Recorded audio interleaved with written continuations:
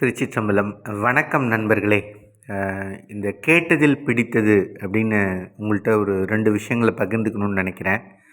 பொதுவாக நான் இந்த புத்தகங்களை படித்ததில் பிடித்தது அப்படின்னு பகிர்ந்துக்கிட்டே வரேன்.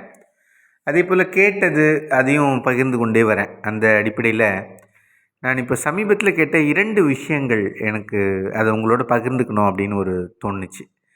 ஒன்று வந்து மதிப்பிற்குரிய சுகிசிவம் அவர்களுடைய உரை. அவர் வந்து நான் அப்படின்றத பற்றி பேசியிருக்காரு. ரொம்ப அருமையாக பேசியிருக்காரு. அவர் ஒரு அருமையான பேச்சாளர் இல்லையா? அவர் அருமையாக தான் பேசியிருப்பார். அது என் மனதை ரொம்ப தொட்டது. அது உங்களோட கட்டாயம் பகிர்ந்துக்கணும் அப்படின்னு நினைக்கிறேன். அது வந்து ஒரு கதை சொல்கிறாரு. அந்த கதை என்னென்னா, ஒரு வீட்டில் ஒரு பூனை. அந்த பூனை இருக்கிறதுனால என்ன பண்ணுது, கொஞ்சம் தொல்லைகள் அதிகமாகி பூனைகள் அதிகமாகி அப்படி போய்கிட்டே இருக்குது. அதுக்கெல்லாம் மெயினாக ஒரு பூனை தான் காரணமாக இருக்குது. அதனால் அவர் என்ன நினைக்கிறாரு, ஒருத்தர் போய் கேட்குறாரு, இந்த மாதிரி பூனையினால் எனக்கு வீட்டில் ஒரே பிரச்சனையாக இருக்குது, இந்த பூனையை நான் என்ன செய்கிறது அப்படின்னு கேட்டோன்னே, அந்த பூனையை கொண்டு எங்கே வெளியில் விட்டு வந்துரு அப்படின்னு சொல்கிறாரு ஒரு நண்பர். உடனே இவர் என்ன பண்ணுறாரு, அந்த பூனையை கூட்டிகிட்டு போய் ஒரு 2-3 தெரு தள்ளி ஒரு இடத்துல விட்டுட்டு வந்துடுறாரு. அப்படி வச்சுக்கோங்களேன். நான் சுருக்கமாக சொல்கிறேன் கதையை. அவர் விளக்கமாக சொல்லியிருக்காங்க. பட் நான் வந்து அதுலேருந்து ஒரு செய்தியை தான் நம்ம எடுத்துக்க போகிறோங்கிறனால நான் ரொம்ப சுருக்கமாக ஷார்ட்டாக சொல்ல விரும்புகிறேன் இந்த கதையை. அப்போது ஒரு 2-3 தெரு தள்ளி அவர் அதை விட்டுட்டு வராரு. விட்டுட்டு அவர் வீட்டுக்கு வர்றதுக்குள்ளே வந்து கதவை திறக்கிறாரு. வாசலில் இந்த பூனை உட்காந்துருக்கு. அதாவது இவர் வந்து அதை 2-3 தெரு தள்ளி விட்டுட்டு வீட்டுக்கு வர்றதுக்குள்ளே அந்த பூனை வந்து உட்காந்துக்குது. முன்னாடியே வாசலில் உட்காந்துக்கிட்டு ஹலோ ஹவ் ஆர் யூ அப்படின்னு கேட்குது. உடனே அவருக்கு வந்து பக்குன்னு அடப்பாவி, நம்ம போய் விட்டுட்டு வந்தோம், அதுக்குள்ளே இது வந்து நமக்கு முன்னாடி வந்து உட்காந்துக்கிச்சு வீட்டில் வழியை கண்டுபிடிச்சி அப்படின்னு ஒரு மாதிரி ஆயிட்டார். உடனே 2-3 மாதம் போகுது. உடனே மறுபடியும் இவருக்கு தொல்லை தாங்கலை. இது எப்படியாவது ஒழிச்சாகணுமே அப்படின்னு சொல்லிட்டு மறுபடியும் போய் கேட்குறாரு. ஐயோ, இந்த பூனை வந்து போய் விட்டேன்ப்பா, மறுபடியும் வந்துருச்சுப்பா அப்படின்னோடனே அவர், நீ ஏன் அப்படி பண்ண, தூரமாக கொண்டு எங்கே விட வேண்டியதானே, வேறு ஒரு ஊரில் கொண்டு போய் விட்டுரு அப்படிங்கிறாரு. உடனே இவர் மெனக்கிட்ட அந்த பூனையை பிடிச்சி ஒரு பையில் போட்டு தூக்கிட்டு போய் வேறு ஒரு ஊருக்கே போயிடுறாரு. வேறு ஊரில் போய் அதை விட்டுறாரு. விட்டுட்டு மறுபடியும் அப்படியே கிளம்பி வந்து ஒரு வழியாக வீடு சேர்றாரு. சேர்ந்தால் இவர் கேட்டை திறக்கிறாரு. நம்மால் அங்கே உட்காந்துருக்காரு. உட்காந்துட்டு ஒய் ஆர் யூ லேட் அப்படின்னு கேட்குறாரு. ஏன் இவ்வளோ லேட்டாக வர அப்படின்னு கேட்குறாரு பூனை இவரை பார்த்து. இவருக்கு வந்து தூக்கி வாரி போடுது. அடா பாவி, இவ்வளோ ஒரு ஊரே தாண்டி கொண்டு அந்த பக்கம் விட்டுருக்கேன், மறுபடியும் இது வந்துருச்சே அப்படின்னு சொல்லி இவருக்கு ஒரு மாதிரி ஆகிடுது. மறுபடியும் ஒரு 2-3 மாதம் போணுச்சு. மறுபடியும் கேட்குறாரு, எப்பா அந்த பூனை தொல்லை தாங்க முடியல, எங்கே விட்டாலும் வந்து வந்து திரும்பி வந்துடுதுப்பா அப்படின்னு சொல்கிறாரு. உடனே அவர் சொல்கிறாரு, நீ ஏன்பா வந்து கிட்ட இருக்கிற ஊரில் விட்ட, எங்கேயாவது காட்டுக்குள்ளே கொண்டு போய் விட்டுருப்பா, வர முடியாத இடத்துல கொண்டு விட்டுருப்பா அப்படிங்கிறாரு. உடனே சரி அப்படின்னு கடைசி முயற்சி அப்படின்னு சொல்லிட்டு 3வது முறையாக இவர் மறுபடியும் அந்த பூனையை தூக்கி ஒரு பையில் போட்டு எடுத்துக்கிட்டு தூரமாக ஒரு சத்தியமங்கலம் காடுன்னு வச்சுக்கோங்களேன், அந்த மாதிரி ஒரு காட்டுப்பகுதிக்கு போய்டுறாரு. போய் விட்டுறாரு, அந்த பூனையை அங்கே விடுறாரு.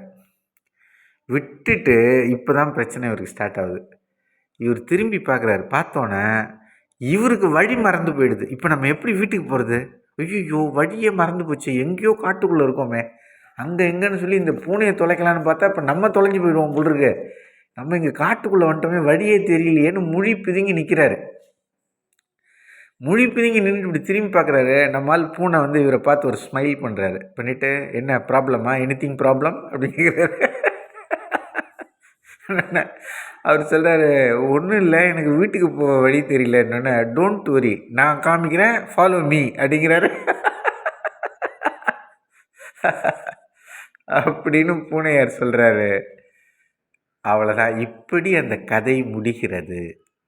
இதில் என்ன பாயிண்ட் அப்படின்னா, அந்த பூனை யார், இதான் கேள்வி. அப்படின்னா அந்த பூனை தான் நான் என்கிற நாம்.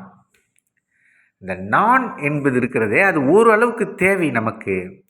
நம்ம எனக்கு இந்த இடத்துல வந்து ராமகிருஷ்ண பரமஹம்சர் சொன்னது ஞாபகம் வருது. அதாவது ஆசை என்கிற அந்த காற்று அடித்தால் தான் வாழ்க்கைங்கிற படகு நகரும் அப்படிம்பாரு. ஆனால் அது பேராசை அடிக்கப்படாது, அடித்தா மூழ்கிடும் படகு. அப்போது ஒரு தேவையான அளவுக்கு தேவையானது தேவை, அப்படி வச்சுக்கோங்களேன். அதுபோல் இந்த நான் என்பது நமக்கு ஒரு ஐடென்டிட்டி, அது நம்மளோட ஒரு ஐடென்டிஃபிகேஷன், அது நமக்கு தேவையான அளவுக்கு தேவை. ஆனால் அந்த நான் என்பதை ரொம்ப அகங்காரமாக நம்ம எடுத்துக்கிட்டோம்னா அதுதான் நமக்கு ஆபத்து. ஆனால் அடிப்படையில் நான் என்கிற நான் நமக்கு தேவை, அது நம்முடைய ஐடென்டிஃபிகேஷன். நான் வந்து ஒரு ஆசிரியர், நான் வந்து ஒரு பேச்சாளர், அல்ல நான் ஒரு எழுத்தாளர், நான் ஒரு அப்பா, நான் ஒரு ஐடென்டிஃபிகேஷன், அது அடிப்படையான ஐடென்டிஃபிகேஷன் இருக்குது பாருங்கள், அது கட்டாயம் இருக்கணும். இந்த பூனை கதை எதை நமக்கு சொல்லுகிறது என்றால், நம்ம வந்து இந்த நாணை தொலைக்கிறோம் அப்படின்னு நினச்சி நம்ம இந்த அடிப்படையான நாணையே நம்ம அழிக்க முயற்சி பண்ணோன்னா அப்புறம் நமக்கு வழி தெரியாமல் போயிடுவோம், நம்ம பைத்தியம் ஆயிடுவோம். நான் யாருன்னு எனக்கு தெரியாதவர்கள் யார் பைத்தியம் ஆயிடுறாங்கல்ல. அப்போது அது அல்ல, அது கிடையாது. அப்போது அடிப்படையாக நம்முடைய கடமையை செய்ய வேண்டிய நான் என்கிற நான் இருக்குது பாருங்கள், அந்த நான் நமக்கு தேவைதான், அது இருக்க வேண்டும். இல்லைன்னா எப்படி இவர் காட்டுக்குள்ளே போய் விட்டுட்டு இவர் வழி மறந்துட்டாரோ அதுபோல் வகை தெரியாமல் அந்த நானை ஒழிக்கணும்னு கிளம்பி நம்மளை நாமே இழந்து விடக்கூடாது அப்படிங்கிறது தான் பாயிண்ட்டு. வெரி வெரி ரொம்ப இம்ப்ரெசிவான, ரொம்ப ஹைலி ஃபிலசாபிக்கல் பாயிண்ட்டாக எனக்கு தோணுச்சு. இது ரொம்ப அருமையான விஷயம். நான் என்பது எந்த அளவுக்கு தேவையோ அந்த அளவுக்கு தேவை என்கிற ஒரு அருமையான கதை ஒன்று. அடுத்த பாயிண்ட் அவர் சொல்கிறாரு, ஒரு போல் வால்ட் நம்ம பார்த்துருப்போம் விளையாட்டில், வந்து ஒலிம்பிக்கில் ரொம்ப அருமையான பல விளையாட்டுகள், அதில் போல் வால்ட்டு பார்ப்போம். நம்ம ஒரு குச்சை ஊனி அவர் ஜம்ப் பண்ணுவார், ஜம்ப் பண்ணி அந்த பக்கம் குதிப்பார், அந்த குச்சி இந்த பக்கம் விட்டுருவார். இப்போது ஜம்ப் பண்ணுறதுக்கு அந்த குச்சி கட்டாயம் தேவை, அது ஒரு 80 அடி 100 அடி எவ்வளோ அந்த அவருடைய திறமைக்கு ஏற்றவாறு. கோல்டு மெடலிஸ்ட்னா அவர் அதிகபட்சம் உயரம் தாண்டுவார். அப்போது அந்த குச்சி இருந்தால் தான் அவரால் ஜம்ப் பண்ணி மேலே போக முடியும். ஆனால் அந்த பக்கம் தாண்டி விழுவுறதுக்கு அந்த குச்சியை எடுத்துக்கிட்டே விழ முடியாது. அப்போ அந்த குச்சியை இந்த பக்கம் தள்ளி விட்டுட்டு அவர் அந்த பக்கம் ஜம்ப் பண்ணி விழுவார். இதுதான் விளையாட்டு. இந்த நான் என்பது அந்த குச்சை போல, அந்த அந்த குச்சி இருக்குது பாருங்கள், அதுதான் இந்த போல் வால்ட்டில் அதை ஊன்றி எம்புறாங்க இல்லைங்களா, அதுதான் நான் போல. அது நம்ம இறைவனை சேர வேண்டும் என்கிற நிலை வருகிற போது, இறைநிலையை அடைய வேண்டும் என்கிற நிலை வருகிற போது, அந்த நானை நம்ம அதை அந்த அடிப்படையில் நான் என்பதை பயன்படுத்தி நாம் மேலே வந்து படிப்படியாக ஒரு உயர்ந்த நிலைக்கு, பக்குவ நிலைக்கு வந்து இறைநிலையை அடைகிறதற்கு என்ன தேவைன்னா, இதை எடுத்துகிட்டு போக முடியாது, இந்த நானை எடுத்துக்கிட்டு அங்கே போக முடியாது. இந்த நான் இங்கே விட்டுட்டு தான் இறைநிலையை அடைய முடியும், முக்தி நிலையை அடைய முடியும். அப்போ இதை விட்டுட்டு இறைநிலைக்கு போகிறது, அதுதான் நான். அந்த இடத்துல நானை விட்டுட்டு போகணும். யான் எனது என்னும் செருக்கறுப்பான் வானோர்க்கு உயர்ந்த உலகம் புகழ்னு வள்ளுவர் பேசுகிறார். அப்போது அதுதான் இது அப்படின்னு அவர் ஐயா சுகிஸ்வம் அவர்கள் ரொம்ப அருமையாக இம்ப்ரெசிவாக சொல்லியிருந்தார். அது எனக்கு ரொம்ப பிடிச்சிருந்தது. ஆக அதுக்கு இதை உங்களோடு பகிர்ந்து கொள்வதிலே நானும் மகிழ்கிறேன். ஒன்று. இரண்டாவது, எழுத்தாளர் எஸ் ராமகிருஷ்ணன் எனக்கு ரொம்ப பிடிக்கும். அவருடைய உரைகள் ரொம்பவே அருமையாக இருக்கும் கேட்குறதுக்கு. அதில் ஒரு விஷயம் சொல்லியிருந்தார். என்ன அப்படின்னு சொன்னால், மேற்கு வங்கத்தை சார்ந்த ஒரு மூத்த எழுத்தாளர் பரசுராம், அவர் என்ன பண்ணுறாரு, ஒரு கதை எழுதிக்கிட்டு வர்றார்.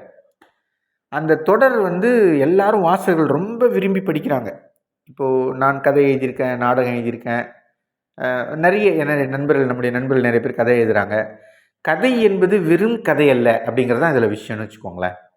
அப்போ அந்த மூத்த எழுத்தாளர் பரசுராம் ஒரு பத்திரிகையில் ஒரு கதை எழுதுகிறார், தொடர்கதை. எல்லாரும் ஆர்வமாக படிக்க ஆரம்பிச்சிட்டாங்க அதை பயங்கரமாக.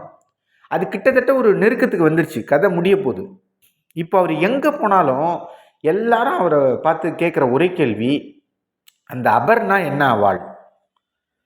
இதான் கேள்வி. அபர்ணா யார்? அபர்ணா தான் அந்த கதையினுடைய நாயகி. அவள் என்ன ஆவா சார் அப்படிங்கிறதான். ஒரு வயசானவர் இவர் கையை பிடிச்சிட்டு கேட்குறாரு, ஐயோ அந்த அபர்ணா என்ன ஆகிடும், அந்த அபர்ணா செத்துருவாளா, ஐயோ அவரை வாழ வைங்க அப்படின்னு கேட்குறாரு. ஒரு இளைஞன் அவன் கேட்குறான், ஐயா அந்த அபர்ணா வந்து சாவடிச்சிடுவீங்களா, உயிரோடு இருப்பாளா, என்னவா, ஐயோ அப்படின்னு. இப்படி எங்கே போனாலும் அந்த அபர்ணா குறித்த கேள்வி வரும்.